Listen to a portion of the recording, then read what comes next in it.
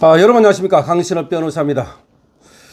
자유혁신당의 황교안 대표가 황교안 TV를 통해서 자신이 미국 매체 데일리 콜러에 한국 선거가 왜 미국에 중요한지, 한국의 공정한 선거가 왜 미국에 중요한지를 설명하는 기고문을 실었다고 합니다. 황교안 대표의 말에 따르면 데일리 콜러는 2010년에 터커 칼슨과 닐 파텔이 설립한 매체인데 월간 방문자 수가 1,100만 내지 2,000만에 이르고 월간 페이지 뷰가 5,900만 내지 6,000만에 이르는 그런 상당한 영향력을 가진 플랫폼이라고 합니다. 황교안 대표는 기고문에서 한국 선거의 무결성이 미국에 왜 중요한가를 설명하고 있는데요. 수백만 명의 한국인들은 한국에서의 자유민주주의 과정에 훼손이 있었다는 확신을 갖고 있습니다. 지난 1월 20일 트럼프 대통령은 다보스 포럼에서 조작선거 관련자들이 곧 기소될 것이라고 발표를 했는데 미국에서의 부정선거 조사 결과를 한국인들은 숨죽이며 기다리고 있다는 겁니다.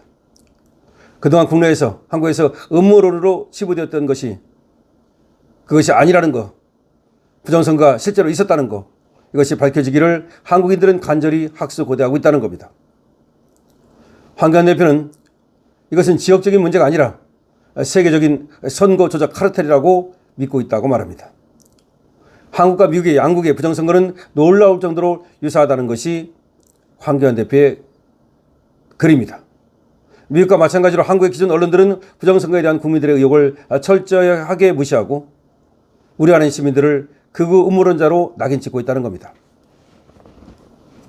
한국의 중앙선거관리위원회는 부정선거 증거들이 무수히 많이 발견됐음에도 불구하고 각 지역 선거관리위원회 위원장을 각각 판사들이 맡고 있기 때문에 결국 사법부의 피호를 받을 수 있고 그래서 선거 무효 소송을 하면 번번이 기각 판결이 난다고 황교안 대표는 쓰고 있습니다.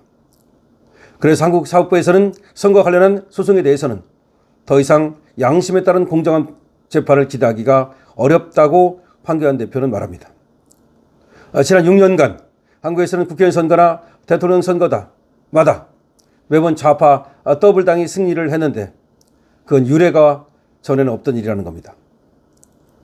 이거는 미국의 우편 투표와 유사한 한국의 사전 투표 때문에 이런 일이 벌어진다고 황교안 대표는 얘기합니다. 단 한 번의 예가 윤석열 대통령이 당선이었는데 이마저 0.73% 차이로 간신히 이겼던 것이 수상하다는 겁니다. 그러면서 그마저도 황교안 대표가 부방대를 만들어서 열심히 선거 감시 활동을 한 때문이라고 말합니다. 윤 대통령은 2024년 12월 3일 부정선거 관련 증거를 확보하기 위해 계엄령을 선포하고 중앙선거관리위원회에 군대를 배치하는 과감한 개입을 시도했는데 안타깝게도 계엄군이 그때 서버에 접근하지 못했다고 합니다. 이후 좌파는 윤석열 대통령을 탄핵했고 내란 채로 사용을 구형했다라고 황교안 대표는 쓰고 있습니다. 그럼 이 모든 것을 누가 계획하고 조종하는 것일까? 황교안 대표는 한국 내 내부 친북 세력과 중국 공산당을 지목하고 있습니다. 한국에 전자투표기를 처음 도입한 사람은 평양을 위해 간첩 활동을 한 전력이 있는 사람이고 베이징에서 수년간 관리자로 근무했던 좌파 인사와 함께 빅데이터를 이용한 선거운동에 관한 논문을 썼던 사람이라는 겁니다. 통일 전선 공작부를 통한 중국의 침투는 노골적이라고 황교안 대표는 말합니다. 한국중앙선거관리위원회의 공식 유튜브 채널에서는 한때 공산당 서열 4위이자 부정선거의 설계자인 왕원익을 민주 지도자로 소개하는 충격적인 일도 있었다는 겁니다. 도대체 한국 선관위에서 왜 왕원익을 민주 지도자로 소개하느냐 이 말이죠. 베이징이 6,500만 마일이나 떨어진 캐나다 선거에 개입했다면, 베이징이 거기로부터 6,500만 마일이나 떨어진 캐나다 선거에 개입했다면 베이징에서 600마일도 떨어지지 않은 한국 선거에 중국이 개입하는 것은 식은죽 먹기라는 겁니다. 더군다나 한국에는 미군 기지인 캠프 험브리스가 있기 때문에 당연히 한국 선거에 개입했다고 보는 것이 합리적이라는 겁니다.